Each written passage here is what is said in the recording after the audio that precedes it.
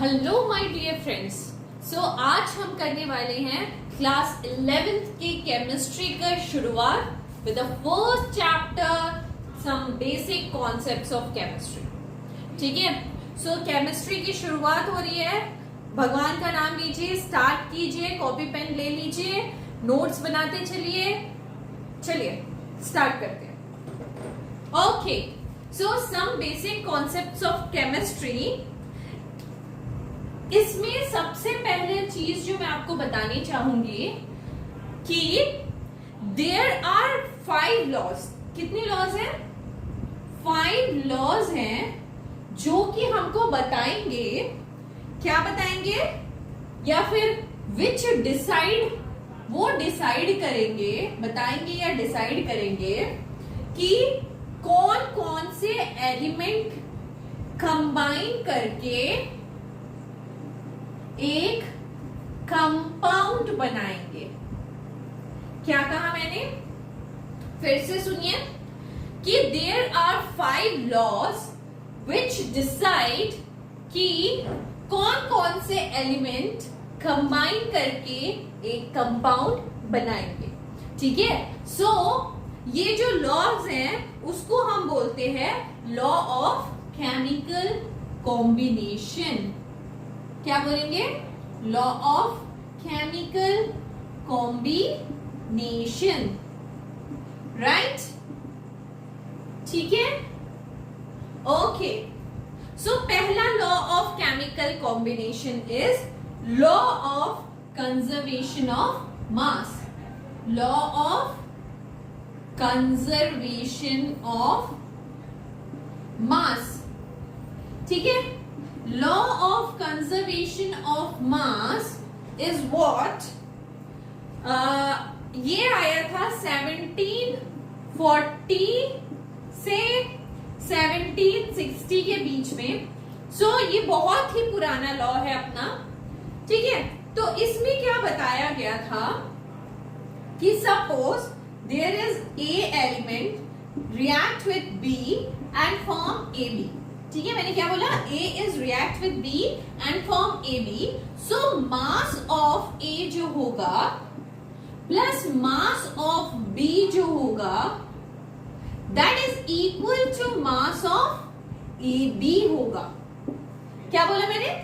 जो mass of A होगा plus mass of B होगा that is equal to the mass of AB होगा। मतलब the mass of reactant, sum of mass of reactant is equal to the sum of mass of product।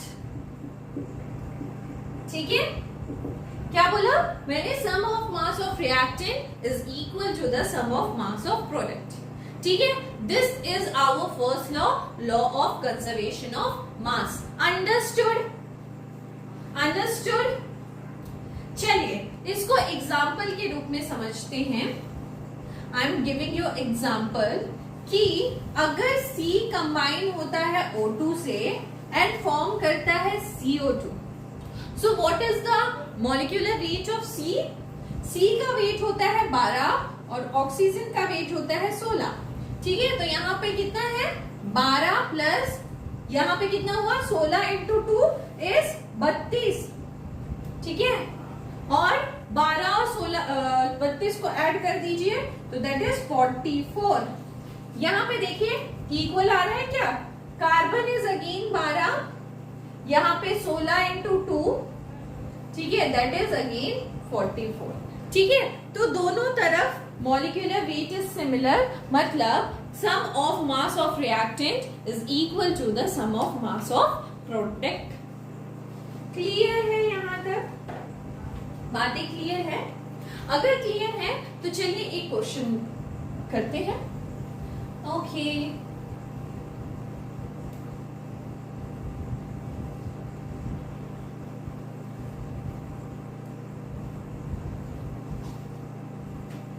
okay, so now our first question।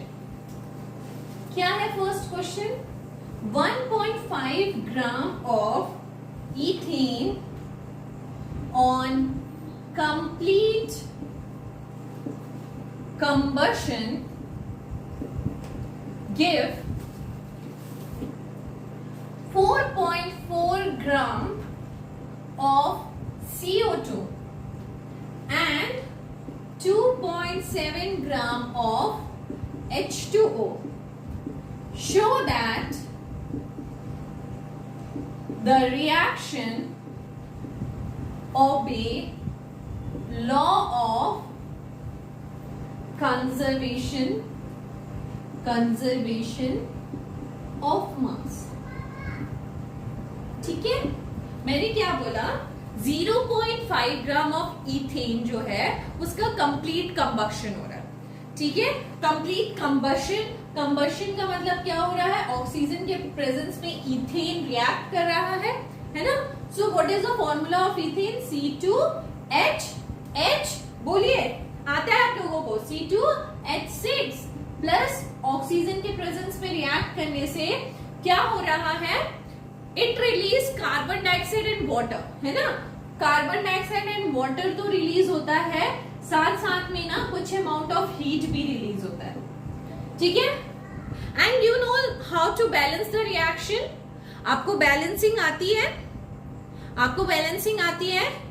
अगर नहीं आती है तो please ask me, मैं उसके लिए ना अलग से एक वीडियो आप लोगों के लिए बना दूंगी for balancing the chemical reaction.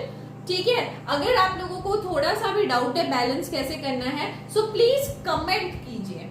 ठीक है, कमेंट कीजिएगा तो मैं आपके लिए बैलेंसिंग द केमिकल रिएक्शन उसके ऊपर भी वीडियो बना दूंगी ताकि आपको बैलेंस करने में कोई दिक्कत नहीं हो. फिलहाल यहाँ पे अगर मैं बैलेंस करती हूँ तो यहाँ पे 2 आएगा, 7, यहाँ पे 4 एंड यहाँ पे 6. ठीक है, सो ऐसा कुछ कर देते हैं ताकि बैलेंस हो जाए. देखिए यहाँ पे 2 2 4, तो C4H 6 2 12, तो 6 2 12, O 7 2 14, तो 4 2 8, 8 plus 6 is 40. ठीक है, ओके.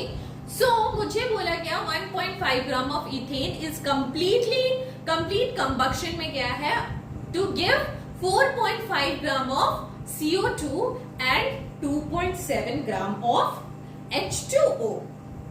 ठीक है, तो सबसे पहले आपको क्या निकालना है, number of moles of ethane का. आप बोलोगे ये क्यों निकालेंगे, चलिए धीरे धीरे ना चीजों को समझेंगे. पहले मोल्स निकाल लेते हैं, उसके बाद समझते हैं क्यों निकाले. ठीक है, मोल्स निकालेंगे तो क्या होगा, नंबर ऑफ मोल्स निकालने का फॉर्मूला है गिवन मास बाय मॉलिक्यूलर मास. ठीक है, what is the given mass here, 1.5. ठीक है, मॉलिक्यूलर मास आपको निकालना आता है तो C2H6, what will be the molecular mass? C का होता है, C is 12, H is 1 and O is 16. Molecular weight लिख दिया मैंने, तो C 12 into 2 और H 1 into 6. ठीक है, इसको सॉल्व करोगे तो आपका आंसर आएगा 1.5 by 330. ये पॉइंट है था 0, तो 5 3 is 15, 5 से 30, 3 1 is 3, 3 2 is 6, 1 by 20 यानी कि 0.05 मोल्स. ठीक है, अंडरस्टूड यहाँ तक. ठीक है, तो अब देखिए अगर 2 मोल्स मैं इथेन का लेती हूं तो मुझे 7 मोल ऑक्सीजन का चाहिए, है ना. 2 मोल अगर मैं इथेन का लेती हूं तो 7 मोल ऑक्सीजन का चाहिए. तो यहाँ पे कितना मोल है इथेन का मोल तो आया 0.05 मोल्स, है ना. तो 0.05 मोल्स अगर मैं इथेन का लूंगी तो this is 7/2 into 0.05 mole of oxygen की लगेगी, है ना. ठीक है, इसको सॉल्व कीजिए तो यहाँ पे आ जाएगा डिवाइड बाई 100, दैट इज 5 1 5, 5 10, यानी कि 7 by 1 by 20, that is 7 by 2 into 1 by 20, that is 7 by 40, that is, अच्छा 7 by 40 ही रहने दीजिए, मोल ऑफ ऑक्सीजन। ठीक है, यानी कि 2 मोल इथेन का लेने से कितना मोल, 2 मोल इथेन का लेने से मुझे 7 मोल ऑक्सीजन का चाहिए, तो 0.05 मोल अगर मैं इथेन का लूं तो 7 by 40 मुझे ऑक्सीजन का चाहिए, राइट। अब नंबर ऑफ मोल्स ना ऑक्सीजन के लिए भी निकाल लीजिए, अब नंबर ऑफ मोल्स ऑक्सीजन के लिए भी निकाल लीजिए। कहां पे निकाला जाए,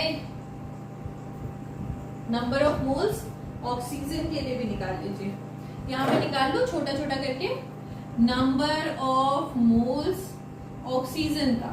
तो given mass by molecular mass formula होगा, so what is the number of moles given mass by molecular mass, यही फॉर्मूला होगा।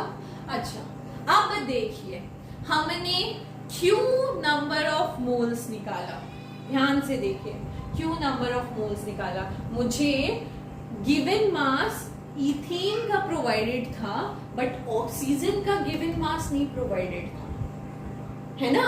तो जब ऑक्सीजन का गिवन मास नहीं प्रोवाइडेड है, so we have to find the given mass of the oxygen, है ना। गिवन मास जब तक ऑक्सीजन का नहीं मिलेगा तब तक दोनों को कंबाइन करके यहां से आंसर कैसे निकालेंगे, so we have to find the given mass of the oxygen. ठीक है, सो नंबर ऑफ मोल्स कितना आ गया ऑक्सीजन का, ऑक्सीजन का मोल आ गया 7 by 40 फ्रॉम दिस। ठीक है, and what is given mass निकालना है हमको, और what is molecular mass, molecular mass हो जाएगा 32। ठीक है, तो answer will be mass is equal to 7 into 32 by 40। ठीक है, सो यहाँ पे आ जाएगा नियर अबाउट 5.6 ग्राम। ठीक है, इतना नोट हो गया, इतना नोट हो गया। सो 5.6 ग्राम आ गया मेरा आंसर। चलिए यहाँ से थोड़ा सा मिटा लिया जाए ताकि हम लोग आगे के फर्दर के क्वेश्चंस को आगे बढ़ा सके। ठीक है, अब देखो हमको दिया हुआ है 1.5 ग्राम इथेन का और इसका मास निकल गया 5.6 ग्राम। ठीक है, यहाँ पे मेरा रिजल्टेंट CO2 इज 4.4 ग्राम। ठीक है, H2 इज 2.7 ग्राम। दोनों का समीशन इक्वल आना चाहिए। यहाँ पे समीशन आ रहा है, अगर मैं करूं तो 6 तो 7.1 ग्राम, और यहाँ पे समीशन करो तो 7.1 ग्राम। तो देखो फॉलो हुआ law of conservation of mass. Clear है, क्लियर है, आगे बढ़ा जाए। स्टोरी क्लियर, क्लिस्टर क्लियर। तो law of conservation of mass में आप लोगों को कोई दिक्कत नहीं होगी मेरे ख्याल से। चलिए मिटा देते हैं, आगे बढ़ते हैं फॉर द सेकेंड लॉ। ठीक है, आगे बढ़ते हैं for the second law. Okay, चलिए, so the second law is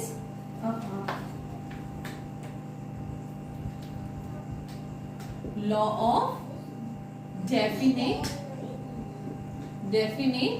proportion। ठीक है, the second law is law of definite proportion.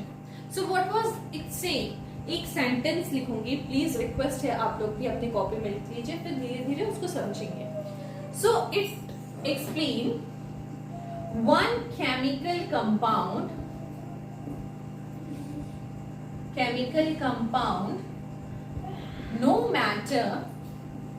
no matter in which source it has been obtained, it will contain the same element combined together in the same fixed proportion by mass. ठीक है, देखिए क्या कह रहा है। इसको समझाने के लिए ना मैं एक एग्जाम्पल का सहारा लूंगी। And what was it's example कि मैंने ना पानी लिया, पानी 3 सोर्स से लिया। ठीक है, what was the sources, what was the 3 sources? Water of sea water, दूसरा रेन वाटर, ठीक है, एंड तीसरा टैप वाटर, है ना। तो अब मैं बोलूं कि तीनों का फॉर्मूला लिखिए, what you right? H2O, H2O, H2O, यही लिखने वाले हो ना आप लोग। तीनों वाटर है, सो चाहे वो कहीं का भी वाटर हो, यू विल राइट H2O। ठीक है, तो वही कह रहा है, ध्यान से देखना। One chemical compound no matter in which source it has been obtain, कहां से ये तीनों पानी आया है, we not bother about the case कि कहां से वो पानी आया है। It will contain the same element, उसके पास क्या होगा? सेम एलिमेंट होगा, combine together in a fixed proportion by mass. चलिए कंबाइन करके देखिए, ये क्या फिक्स प्रोपोर्शन बाय मास आता है? H/O का रेशियो निकालिए हस्बैंड। H का क्या होता है? मॉलिक्यूलर वेट 1, O का 16, ठीक है। सो 1:16, यहाँ सॉरी 2:16 ना, बिकॉज H is 2, 2:16, 2:16, 2:16, या फिर हम बोल सकते हैं 1:8, 1:8, 1:8। अगर मैं कहीं भी वाटर लूं, कहीं का भी वाटर लूं, वॉट एवर इट सोर्स, हमको उससे मतलब नहीं। द एलिमेंट्स जो होंगे वो सेम होंगे और कंबाइन करेंगे एक फिक्स प्रोपोर्शन में। यही कहना चाहता है लॉ ऑफ डेफिनेट प्रोपोर्शन। इसके अलावा कुछ नहीं है, इसके अलावा कुछ नहीं है। अंडरस्टूड? ठीक है, चलिए अब इसके ऊपर भी कुछ क्वेश्चंस बना ले। चलिए मिटाते हैं और इसके ऊपर भी एक क्वेश्चन बनाते हैं। Okay. So the question is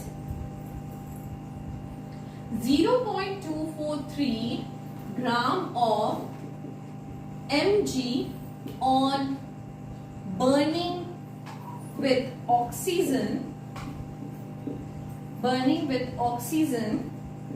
yield 0.4030 gram of MgO। ठीक है, दिस इज एक्सपेरिमेंट नंबर 1।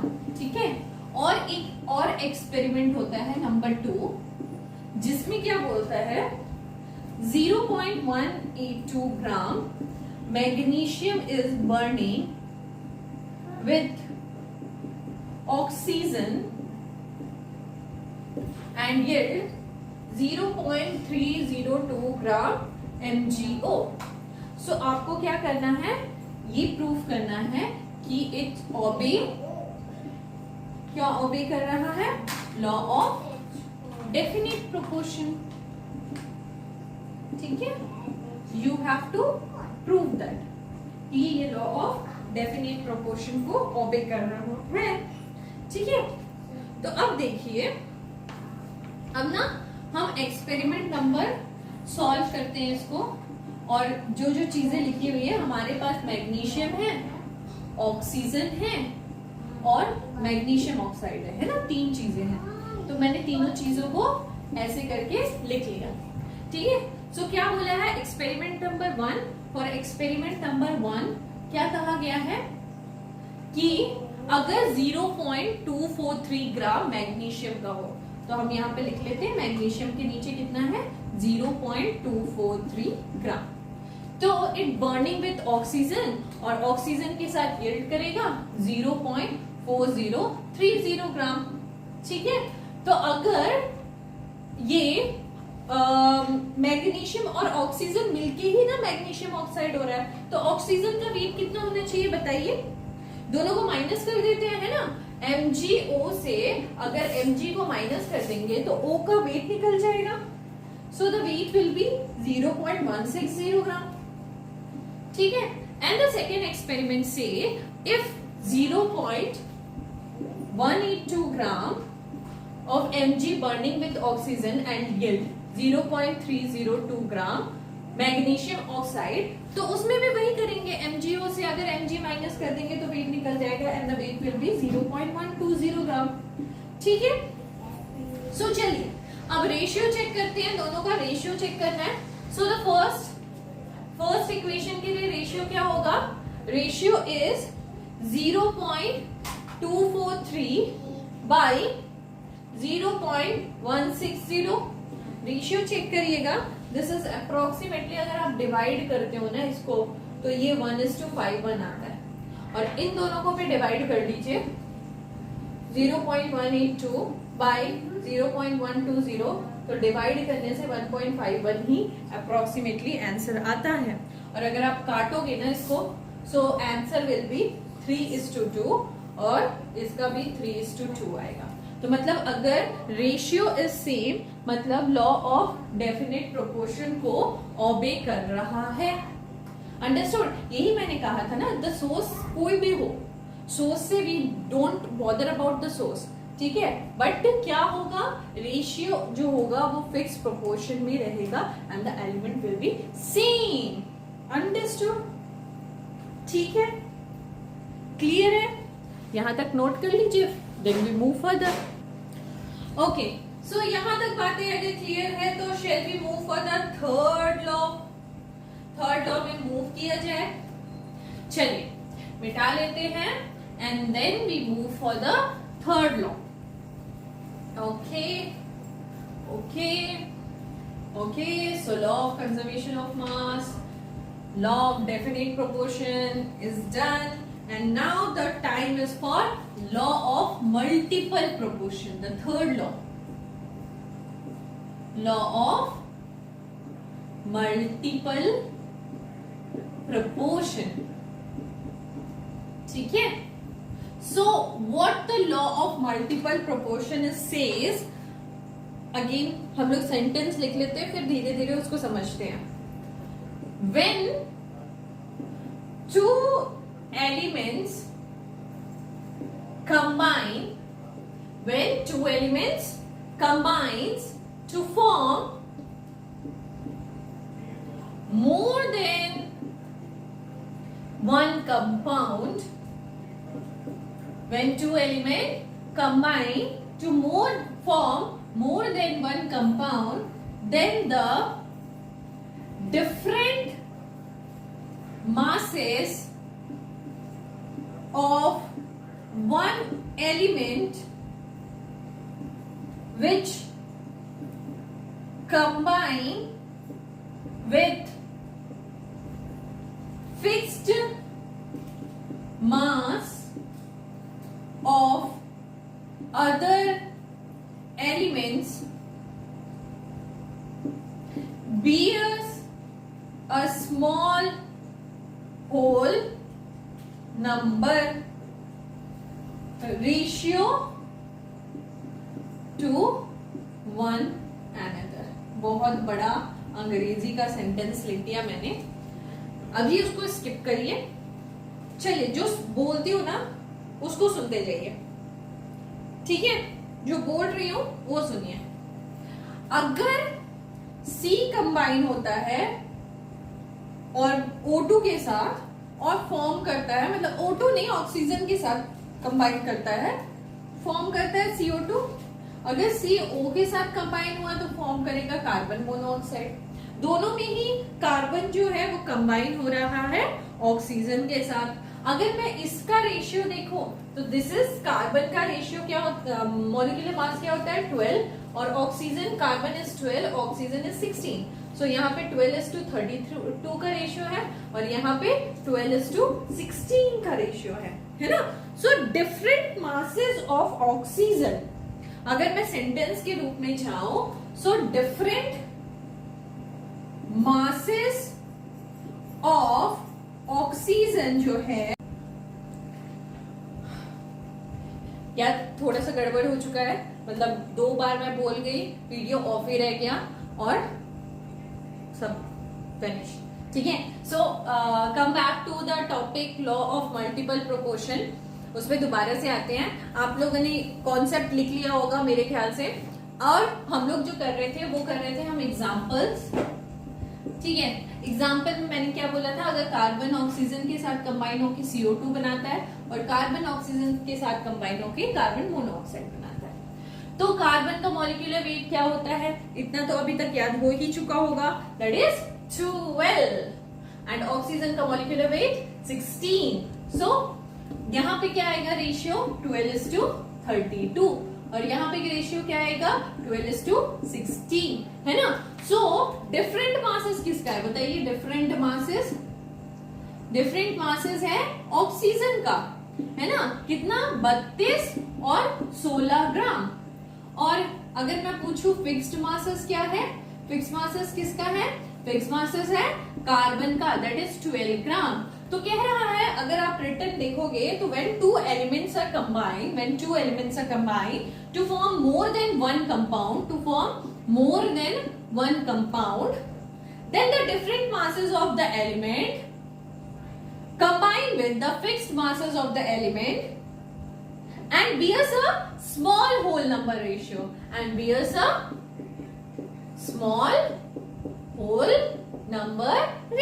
यही कह रहा है. अंडरस्टूड, क्लियर है, क्लियर हुआ. चलो आगे और एक एग्जांपल देते हैं. सपोज वाटर, हाइड्रोजन और ऑक्सीजन कंबाइन होके बन रहा है, H2O2 हाइड्रोजन और ऑक्सीजन कंबाइन होके बन रहा है. तो हाइड्रोजन का मॉलिक्यूलर वेट 1, ऑक्सीजन इज 16. सो यहाँ पे रेशियो क्या हो रहा है, 2:16. यहाँ पे रेशियो क्या हो रहा है, 2:32. यस. सो डिफरेंट मासेस किसके हैं बताइए, डिफरेंट मासेस किसके हैं, डिफरेंट मासेस हैं ऑक्सीजन के, दैट इज 16 और 32 ग्राम. और फिक्स्ड मास किसका है, फिक्स्ड मास है हाइड्रोजन का, दैट इज 2 ग्राम, है ना. सो डिफरेंट मासेस का अगर मैं रेशियो करूं तो वो स्मॉल होल नंबर रेशियो आता है. यही कह रहे हैं लॉ ऑफ मल्टीपल प्रोपोर्शन, और कुछ नहीं है यार, और कुछ नहीं है. अंडरस्टूड. कर लिया जाए इस पे भी एक क्वेश्चन. आइए करते हैं इस पे भी एक क्वेश्चन सॉल्व. ओके. सो यहाँ पे हम एक टेबल बनाएंगे, and the table is like nitrogen और ऑक्सीजन कंबाइन हो रहा है और एक कंपाउंड बना रहा है. चलिए मैं थोड़ा सा ना इधर बना लेती हूँ ताकि मुझे सॉल्व करने के लिए स्पेस मिले. कंपाउंड बना रहा है, क्या क्या कंपाउंड बना रहा है, that is N2O2, N2O, NO, N2O3, NO2 and N2O. ठीक है. What is the molecular weight of nitrogen, nitrogen का molecular weight is 14 and oxygen का मॉलिक्यूलर वेट इज 16. ठीक है. अब बताइए यहाँ पे क्या रेशियो आने वाला है, रेशियो क्या होने वाला है, N2 28:, ऑक्सीजन इज 16, यहाँ पे 14:16, यहाँ पे अगेन 28:, ऑक्सीजन 48. ठीक है. N2 यहाँ पे क्या होगा, 14:32, यहाँ पे क्या होगा, 28:05, 80. ठीक है. हो गया, यहाँ तक बात क्लियर हुई. ठीक है. और आपको बोल रहा है कि वही पुराना लॉ ऑफ मल्टीपल प्रोपोर्शन को प्रूव कीजिए. ठीक है. तो आपको एक को फिक्स्ड रखना पड़ेगा और एक को वेरी कर सकते हैं, है ना. तो हम क्या करते हैं ना, नाइट्रोजन को फिक्स रख लेते हैं. देखो सॉल्यूशन कैसे करेंगे, हम लोग ना नाइट्रोजन के वेट को फिक्स रख लेते हैं. अगर N2O है और NO है, N2O3 है, NO2 है, N2O5 है, ठीक है। तो नाइट्रोजन के वेट को हम लोग ना सेम कर देते हैं। कैसे सेम करेंगे, देखिए कैसे सेम करेंगे बताओ। नाइट्रोजन यहाँ पर तो 28 है, यहाँ पे 16 ही रह जाएगा। यहाँ पे अगर मैं डबल करती हूँ, यहाँ पे 28 कर देती हूँ, तो 16 क्या होना चाहिए बताइए, 16 क्या होना चाहिए, 16 भी डबल हो जाएगा, क्योंकि ये जो रेशियो है 16 भी डबल हो जाएगा, दैट इज 32 हो जाएगा। अगर मैं यहाँ पे करूं तो ये 28 तो पहले से था, ये 48 ही रह जाएगा क्योंकि 28 है। अगर मैं इसको भी डबल करूं, इसको डबल करके 28 करूं, तो ये कितना हो जाएगा, 32 से बताइए कितना हो जाएगा, 64। यस, ये भी डबल हो जाएगा, है ना। ये तो पहले से 28 है तो 80 रह जाएगा। तो एक को मैंने फिक्स कर लिया और दूसरे को वेरी करा दिया, ठीक है, दूसरे को वेरी करा दिया। अब क्या होगा,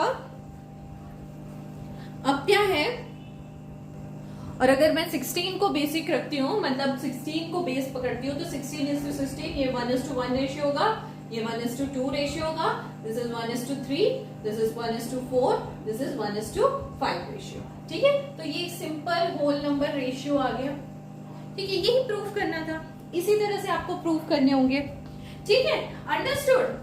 सो यहां तक हमने 3 लॉ कंप्लीट कर लिया।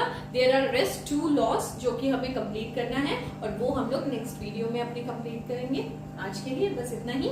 Thank you so much.